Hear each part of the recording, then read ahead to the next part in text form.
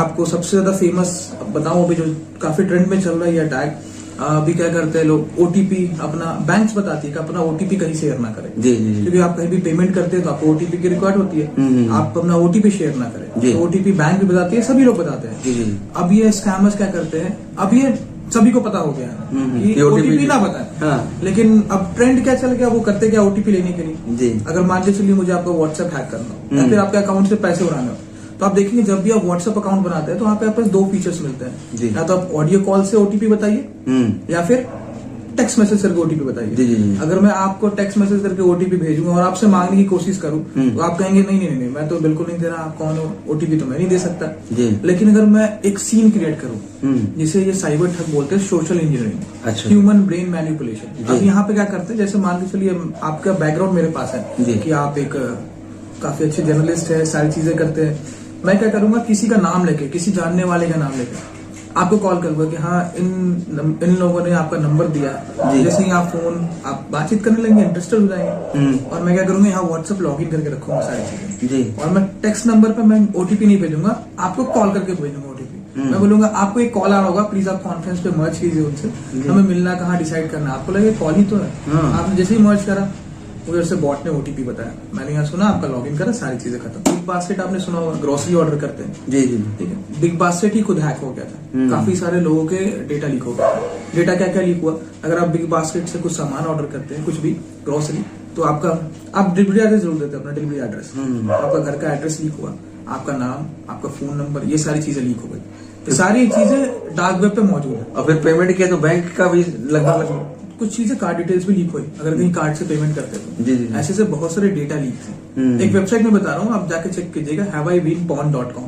आप अपना mail address डाले, वहां पे चेक करें कि कहाँ कहाँ डेटा लीक हुआ है। आपका डोमिनोज का हैक हुआ, मीम्स चैट एक एप्लीकेशन है उसका हैक हुआ, बोट का आपने नाम सुनूंगा, बोट के हेडफोन्स, ये सारी चीजें आते हैं, वो वेबसाइट हैक हो गई। कितने लोग, लगभग 7.5 मिलियन रिकॉर्ड्स बाहर लीक हो गए। ये सारा आपका डेटा डार्क वेब पे कहीं ना कहीं बिक रहा होता है। नमस्कार देवी और सज्जनों, जैसा कि आप सभी को पता है, इस समय जैसे जैसे हम लोग प्रगति कर रहे हैं, वैसे वैसे अपराध भी प्रगति कर रहा है। साइबर अपराध की चर्चाएं भी आप सुनते रहते होंगे।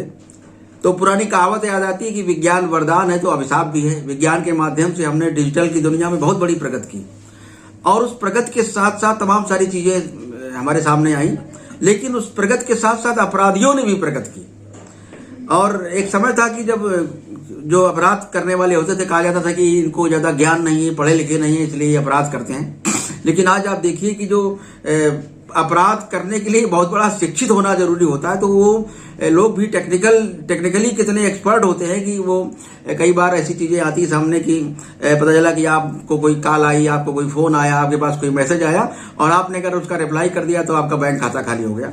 तो इन सब चीजों से कैसे बचा जाए, इन सब चीजों के प्रति कैसे सावधानियां बरती जाएं, और अगर कोई बात हो जाए तो उसके लिए तत्काल क्या प्रक्रिया अपनाई जाए, इसके लिए हमें कहीं ना कहीं एक्सपर्ट की आवश्यकता पड़ती है।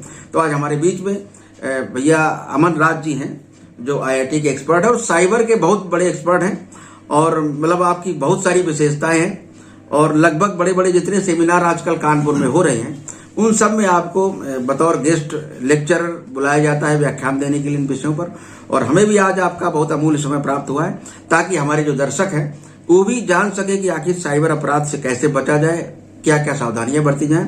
अमरनाथ जी, थोड़ा सा पहले आपका हम परिचय जानना चाहेंगे, थोड़ा सा आप अपना बैकग्राउंड भी बताएं। बहुत बहुत स्वागत है आपका हमारे बहुत शुक्रिया। मेरा नाम अमन राज, मैं C3 IIT कानपुर में as a cyber security instructor मैं भी काम कर रहा हूँ।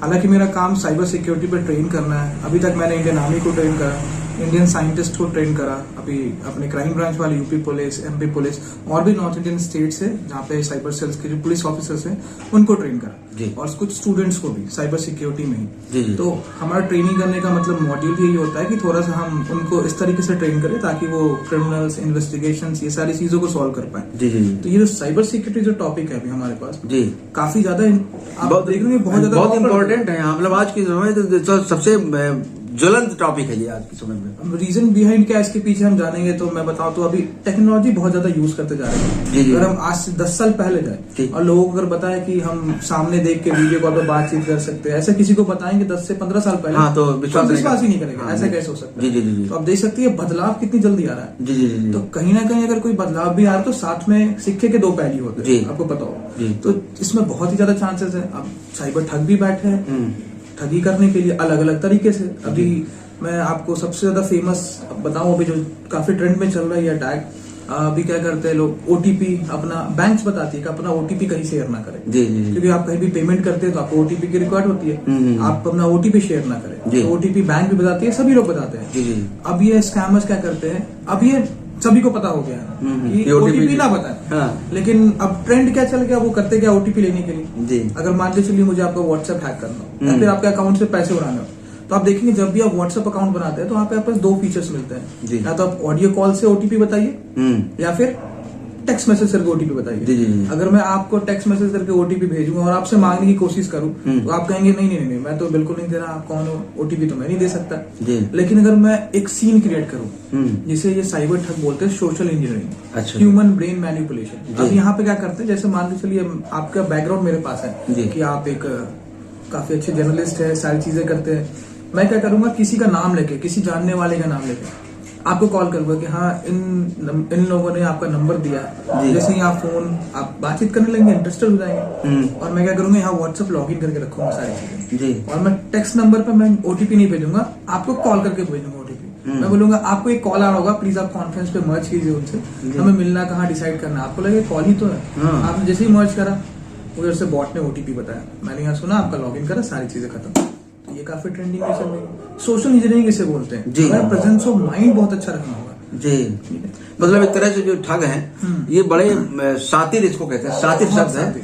और ये इसके लिए बड़ी पढ़ाई करनी पड़ती होगी। हम समझते हैं कि जितना लोग नंबर 1 का पैसा पैदा करने के लिए पढ़ाई करते हैं, उससे ज्यादा नंबर 2 के लिए पढ़ाई करते हैं, और इसकी वजह से तमाम सारी चीजें ही पैदा हो रही हैं। और क्या क्या चीजें हो रही हैं? इनका पूरा का पूरा रैकेट बना होता है। जी। बहुत सारी पुलिस ने, आप देखेंगे गूगल पे एक बार सर्च करेंगे, जी। साइबर हमारे कांड में अक्सर पकड़े जा रहे हैं, तो बहुत पकड़े जा रहे हैं। इनका पूरा का पूरा एक रैकेट चल रहा होता है। जी। और इस रैकेट में काफी अच्छे पढ़े लिखे व्यक्ति भी जो रहते हैं, जब पकड़े जाते हैं वो बहुत क्वालिफाइड होते हैं, तभी क्वालिफाइड होते हैं। जी। काफी पैसे भी बना होते हैं, तभी संभव ही होता है वो।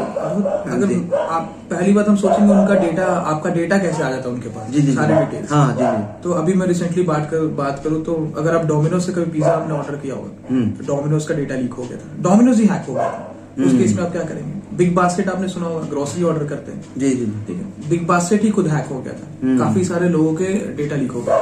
डेटा क्या क्या लीक हुआ, अगर आप बिग बास्केट से कुछ सामान ऑर्डर करते हैं, कुछ भी ग्रोसरी, तो आप डिलीवरी एड्रेस जरूर देते हैं, अपना डिलीवरी एड्रेस, आपका घर का एड्रेस लीक हुआ, आपका नाम, आपका फोन नंबर, ये सारी चीजें लीक हो गई।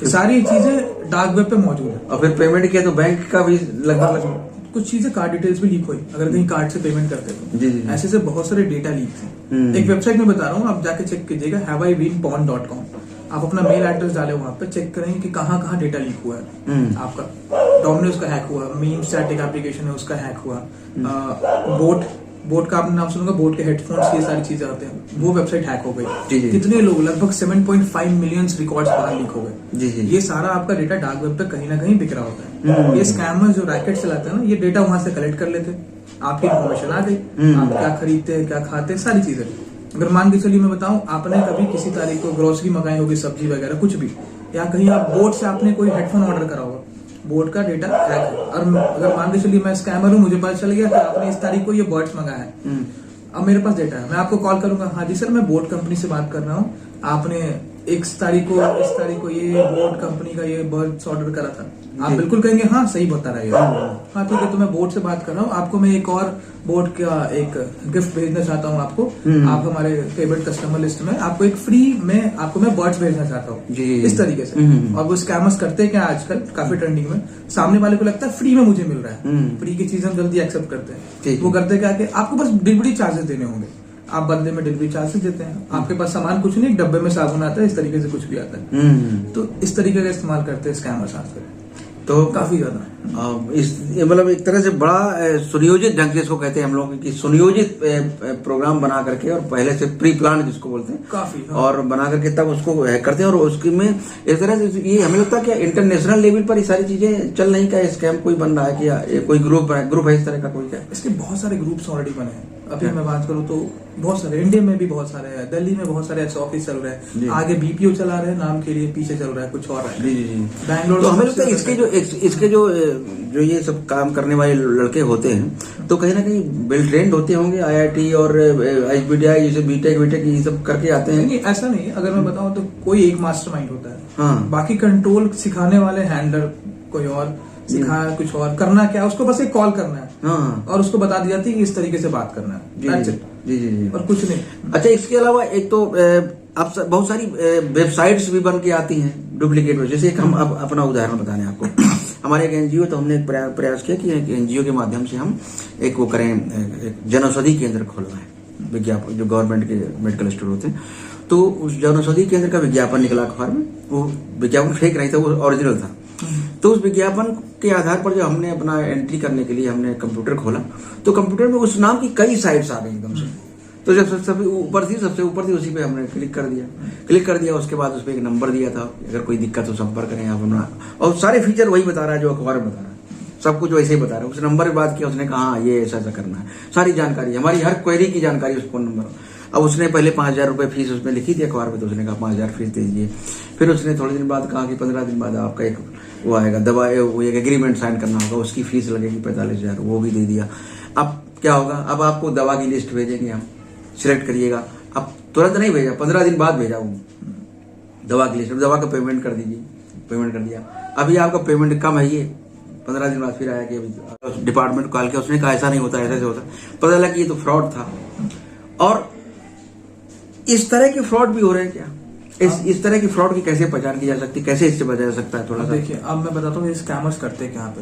जी। अगर मैं सिंपल में बताऊं, अगर मान के चलिए यहाँ पे आपका कुछ प्रोग्राम होने वाला हो, इस इलाके में कानपुर में आपने जैसे बताया कि आप नाटक से रिलेटेड भी प्रोग्राम करते हैं। जी। ठीक है, अगर मान के चलिए आपका ऑडियंस बहुत है, अब क्या होगा, लोग यहाँ पे जो देखना चाह रहे होंगे वो गूगल पे जाके सर्च करेंगे, कानपुर नियर लाइक जो आप शो प्रोग्राम कर रहे होंगे, लाइक राम कथा, श्री राम कथा, इस तरीके से सर्च करेंगे। अब क्या होगा ना, सर्च करने से पहले स्कैमर्स को पता होगा कि आप करने वाले हैं, आप एक फेमस व्यक्ति है, आप इस इलाके में आने वाले हैं और आप इस इलाके में शो करने वाले हैं। टिकट ऑनलाइन मिलते हैं। लोग क्या करेंगे, जो घर में बैठे हैं, फ्लैट में बैठे हैं, वो जाके सर्च करेंगे, सोचेंगे कि आपका शो है, आपके नाम की एक वेबसाइट बन रखी होगी ऊपर स्कैमर्स। अब जैसे ही उस वेबसाइट पे वो जाएंगे, वो क्लिक करके देखेंगे टिकट बुकिंग प्राइस टाइम सारी चीजें, आपकी इन्फॉर्मेशन वो कॉपी करके रखेंगे। लोग क्या करेंगे, लोगों को लगेगा कि आपका टिकट वो खरीद रहे हैं, लेकिन टिकट वो तो स्कैमर्स के अकाउंट में पैसे गए। तो एक वेबसाइट को बनाने में क्या बहुत जल्दी ज्यादा टाइम नहीं लगता? कुछ टाइम नहीं लगता। जैसे बताओ, अगर आपका वेबसाइट मान के चलिए www.globalnews.com, इस तरीके से वेबसाइट बनी है, ठीक है। अब स्कैमर्स क्या करेंगे ना, www.globalnews के जगह ए लैटिन वर्ड इस्तेमाल कर लेंगे। आपने देखा होगा लैटिन में ए आता है, सिंपल कुछ और है, तो गूगल को थोड़ी पता ये सेम है, गूगल को लगेगा तो डिफरेंट ही है, दोनों चीजें लैटिन में है ये। तो इस तरीके से डोमेन को परचेज कर लेते हैं, सेम नाम डोमेन होस्ट कर लेते हैं, और गूगल का क्या पैसे दे के अपनी वेबसाइट ऊपर करा सकते हैं। अच्छा, इस तरह से ऑप्टिमाइज करके। अच्छा, वो पैसे दे के गूगल से पेंट करके सारी चीजें अपने वेबसाइट को ऊपर ले आते हैं। ऐसे बहुत सारी कंपनीज की वेबसाइट बनी है। आप किसी भी सर्विस सेंटर का आप जैसे सर्च करें, तो ये डिफरेंस कैसे किया जा सकता है कि असली कौन है, नकली कौन है? इसका कोई तरीका? ऐसे जो ऑफिशियल्स वेबसाइट होंगी ना, आप वहां जाके वेरीफाई करें, वहां जो कॉन्टैक्ट नंबर दे रखा है, वहां जो मेल सपोर्ट दे रखा है, उस चीज को टैली करें, वेरीफाई करें। लेकिन आप फेक वाली वेबसाइट पे जाएंगे तो वो ओरिजिनल नंबर कुछ और होगा, ओरिजिनल मेल कुछ और होगा, ये सारी चीजें अलग होगी। डिफरेंस तो कुछ, लेकिन बड़ा माइन्यूट होता है, हर आदमी पकड़ आपको ये चीजें देखनी पड़ेगी। अगर आप कहीं भी फाइनेंशियल चीजें कर रहे हैं ऑनलाइन, तो इसका ध्यान जरूर रखिए। अच्छा, और इसके अलावा और कौन कौन सी है आपके जो अब तक नॉलेज में आई, इतने दिनों के एक्सपीरियंस में आई चीजें की? तो अभी तक तो मैं बताऊं, ये तो सबसे ज्यादा चल रहा है अभी डिजिटल अरेस्ट का, आपने सुना होगा ना? हाँ, डिजिटल अरेस्ट एक शुरू हुआ है। डिजिटल अरेस्ट में भी क्या कर रहे हैं, वो फेक पुलिस बन के लोगों को कॉल करना।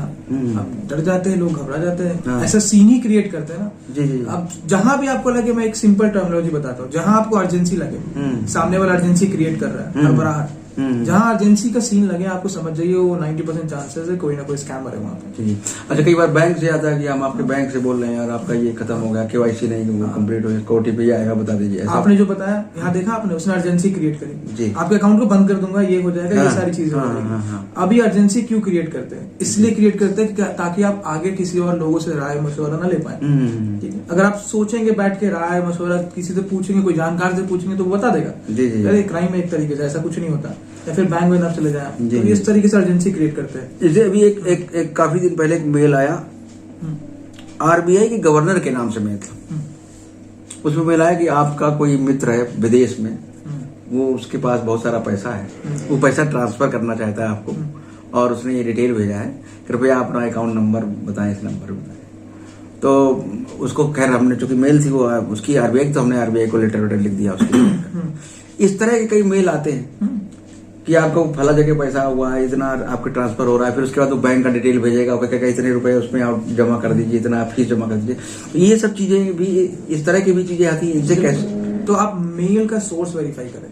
अच्छा, जैसे आपके अगर मान के चलिए अगर मैं कोई कंपनी चला रहा हूँ और मेरे पास कोई सपोर्ट टीम बैठी होगी ना कोई मेल करने के लिए, तो मेल एड्रेस मेरा ही होगा मेरी कंपनी के नाम से @support, इस तरीके से कंपनी के नाम से ईमेल होगा, जिस नाम से मेरा डोमेन नेम होगा उसी नाम से सारी चीजें होगी। ये जो आप बता रहे हैं RBI से आया हुआ, आप उसका मेल चेक करें कभी। जी। आप गूगल पे जाके भी वेरीफाई करें क्या ये मेल रियल है, आपको पता चल जाएगा RBI का गवर्नर का मेल ही नहीं है। RBI का गवर्नर का मेल कैसे हो सकता है? SBI @governor, इस तरीके से हो सकता है कुछ भी। अच्छा, .in.com का भी कुछ चक्कर रहता है? ये .in तो इंडियन वेबसाइट है, .com तो ये तो अलग डोमेन एक्सटेंशन है, उससे तो कुछ नहीं होगा। आप तो कोई भी डोमेन खरीद सकते, पहचान नहीं हो सकती नहीं, उससे तो पहचान नहीं हो सकती, उससे हम कंट्री पहचान सकते हैं। जैसे .au हुआ तो ये ऑस्ट्रेलियन वेबसाइट है, .in है तो इंडियन वेबसाइट है, इस तरीके से बस ये। ऐसे एक कोई कार कंपनी है बड़ी, बहुत बड़ी इंडियन है, उसका देखो नाम उतर गया दिमाग से, उसका मेल आती है, इस तरह के मेल। अब अच्छा, कई बार ऐसा लगता है कि जहां से मेल वो आ रहा है, जिसके नाम का यूज हो रहा है, उस नाम के लोगों ने अगर कंप्लेंट करो, अगर वहां से शिकायत को सीरियसली लोग नहीं ले रहे, तो इसका क्या मतलब ये हो सकता है कि वो लोग भी जुड़े हो सकते हैं क्या इसमें? हालांकि ऐसा वो कर देंगे नहीं, क्योंकि अगर इतनी बड़ी कोई कार की कंपनी है तो बिल्कुल नहीं चाहिए उनका नाम खराब हो मार्केट में, बिल्कुल नहीं चाहिए। स्कैमर्स उनका फायदा उठाते हैं। हम अगर जाके रिपोर्ट करें अच्छे से क्राइम ब्रांच में, साइबर से, तो साइबर से अपने मेल से अगर मेल करती है ना उस कंपनी को भी कहीं पे भी, तो जाहिर सी बात उनको सीरियस लेना पड़ेगा सारी चीजें। कई बार आजकल वो एक और फेसबुक पे उस पर तमाम सारी आते हैं कि आप इतने डॉलर का निवेश करें, फिर उसका इतना डॉलर आएगा, वापस आएगा, फिर धीरे धीरे वो साइट बंद हो जाती है, बाद में कहता है आपने इतना रुपया क्यों निकाल लिया, ऐसा। इस तरह की चीजें क्या होती हैं अभी? हाँ, ये चीजें क्या चल रही है, क्रिप्टो करेंसी का नाम। हाँ, क्रिप्टो करेंसी का। जी। ये क्या कर रहे हैं, क्रिप्टो करेंसी में कहते हैं ट्रेड कराऊंगा, ये कराऊंगा। क्रिप्टो करेंसी हालांकि अभी लीगल टेंडर नहीं पास है इंडिया में अच्छे से, इसके ऊपर रूल्स नहीं बने हैं, इसके ऊपर टैक्सेशन लगाना बाकी है गवर्नमेंट को। अभी क्रिप्टो करेंसी तो RBI के रेगुलेशन में है नहीं। अभी क्रिमिनल्स इसका इस्तेमाल क्यों करते हैं ज्यादातर, कि इसको ट्रेस करना बहुत ही मुश्किल है। अगर मान लो चलिए मैं अपने फोन पे से पेमेंट करूँ कहीं, तो मेरे फोन पे एप्लीकेशन के पास लॉग होगा और बैंक वाले के पास लॉग होगा, कहाँ पेमेंट जा रहा है, सारे ट्रैक रिकॉर्ड होंगे। RBI के पास सारे ट्रैक रिकॉर्ड होंगे, कौन सा पेमेंट कहाँ गया। लेकिन अब क्या करते हैं स्कैमर्स, क्रिप्टो में ट्रेड करते हैं, क्रिप्टो करेंसी पैसा लगाते हैं, वहां कोई थर्ड पार्टी इन्वॉल्व नहीं है, कोई RBI जैसे कोई बैंकिंग सेक्टर इन्वॉल्व नहीं है, ब्लॉकचेन टेक्नोलॉजी पे काम कर रहा है, blockchain means peer to peer, direct मैं उनको भेज रहा हूँ, कोई थर्ड पार्टी इन्वॉल्व नहीं है। यहाँ पर ट्रस्ट करना बहुत मुश्किल हो जाता है। पेमेंट अलग चल रहा है, वो अलग चल रहा है, दोनों के अलग अलग एकदम से। वो क्या कहते हैं, आपको क्रिप्टो में बहुत ज्यादा फायदा पहुंचाएंगे, इस तरीके से ट्रेडर बन के आता है आपके पास, आपसे निवेश करा लेते हैं क्रिप्टो में, उससे आपको कहते हैं मैं क्रिप्टो भेजूंगा, कहाँ भेजूंगा, क्रिप्टो खरीदवा के आपसे क्रिप्टो में इन्वेस्ट कराते हैं, आपने कहा इन्वेस्ट करा क्रिप्टो, खत्म बात, वो तो ट्रस्ट होना भी नहीं मिल रहा, वो मुश्किल है। तो ऐसे इससे कैसे बचा जा सकता है? इस तरह आप बिना जाने समझे किसी के ऊपर ट्रस्ट ना करें, बिल्कुल नहीं। ऐसे बहुत सारी कंपनीज है अभी इंडिया में, बहुत सारे लीगल बैन भी हो रही है।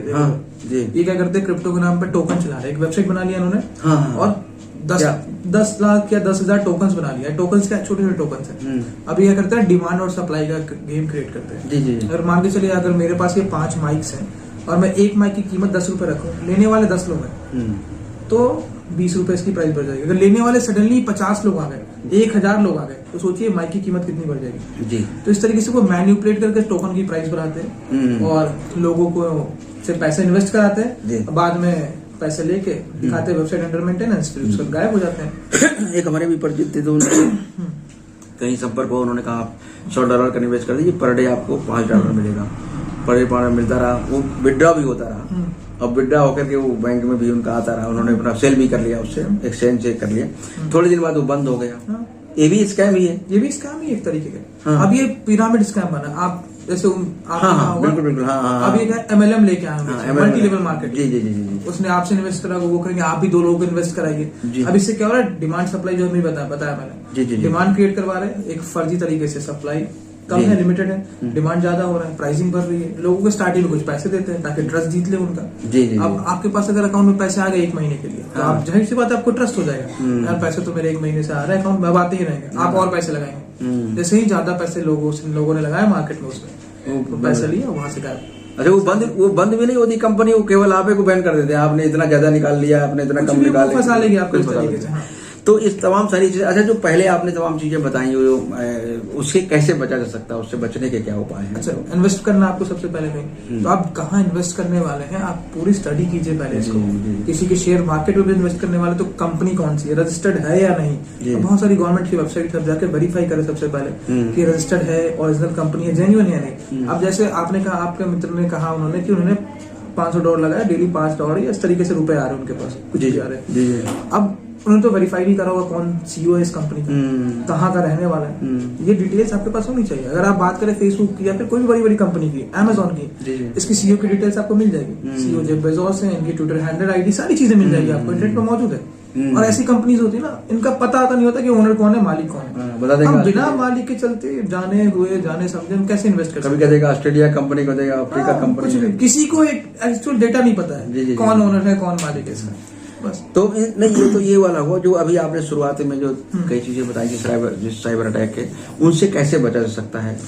अवेयर होना बहुत जरूरी है, अवेयरनेस सबसे जरूरी है जी। अगर आपको जानकारी है तो आपको कोई भी ठगी नहीं कर सकता। हमारे डिवाइसेस तो स्मार्ट हैं, लेकिन हमें स्मार्ट होना पड़ेगा जी। हमारे डिवाइसेस बहुत स्मार्ट हैं। आप किसी लिंक पे क्लिक करेंगे तो डिवाइसेस बताती भी है कि लिंक सेफ नहीं है, क्लिक करने से पहले हम नहीं देखते, अलाउ करते हैं, नेक्स्ट।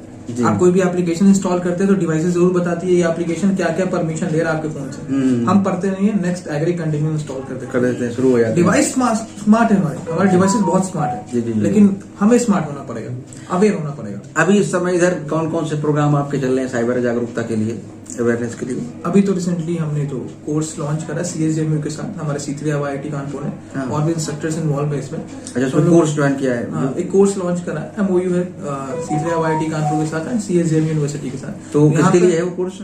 वहाँ के BSc स्टूडेंट्स के लिए मैंडेटरी किया गया साइबर सिक्योरिटी का कोर्स हिंदी में। अच्छा, तो वहाँ के स्टूडेंट्स के लिए वहाँ पे वीडियो सारी चीजें चल रही है। अच्छा, वो मतलब स्टूडेंट्स को पढ़ाया, सिखाया जा रहा है। जनरल पब्लिक तक ये चीजें कैसे पहुंचेंगी?